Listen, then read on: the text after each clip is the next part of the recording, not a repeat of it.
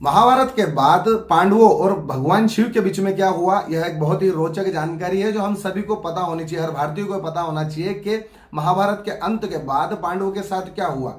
इस जानकारी को प्राप्त करने के लिए मेरे YouTube चैनल जस्सू के जस्टिफिकेशन को सब्सक्राइब करना ना भूले।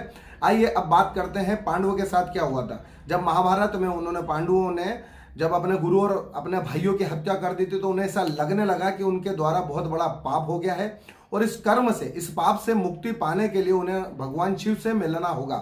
परंतु भगवान शिव से मिलने के लिए जैसे ही पांडव काशी पहुंचे तो काशी से भगवान शिव हिमालय गढ़वाल जाकर छुप गए। भगवान शिव हिमालय गढ़वाल जाकर इसलिए छुपे क्योंकि भगवान शिव पांडवों से नहीं मिलना चाहते थे। मिलना इसलिए नहीं चाहते थे क्योंकि महाभारत के अंदर जो रक्तपात हुआ या जो हत्याएं हुई इससे भगवान शिव ना खुश थे। अब आते हैं, बात आगे बढ़ाते हैं। जो पांडव काशी में न मिलने पर, पांडव शिव भगवान काशी में न मिलने पर पांडव हिमालय गढ़वाल जा पहुंचे और यह बात जब शिव भगवान को पता लगी तो भगवान शिव ने अपना रूप बदलकर एक बेल का रूप ले लिया और अपना जो मुंह है वो जमीन में डालकर छिप गए। पर वहां पर जैसे ही पांडव पहुंचे और उन्होंने उन्हें ढूंढना प्रारंभ करा तो जो भीम है, भीम ने इसी भगवान शिव को जो बेल था, बेल के रूप में थे, उन्हें देख लिया और जाकर उसकी पूंछ पकड़ ली। आप सभी को ज्ञात होगा कि यदि हम किसी बैल की या किसी गाय की या किसी पशु की, बैठे हुए पशु की पूंछ पकड़ते हैं तो स्वतः ही खड़ा हो जाता है। और जैसे ही भीम ने भगवान शिव की या उस बैल की पूंछ पकड़ी तो वह स्वतः ही खड़े हो गए।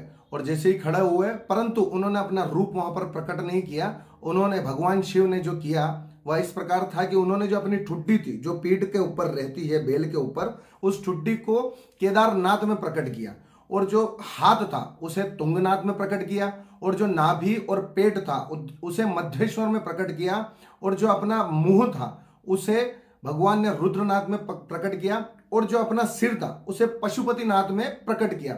आप इस प्रकार अगर यदि कहीं पर भी किसी भी शिवलिंग को देखने जाएंगे, जैसे आप पशुपतिनाथ जाएंगे तो वहां पर आप देखेंगे कि जो शिवलिंग है वो सिर के रूप में है। यदि आप रुद्रनाथ में जाएंगे तो शिवलिंग को आप मुंह के रूप में देखेंगे।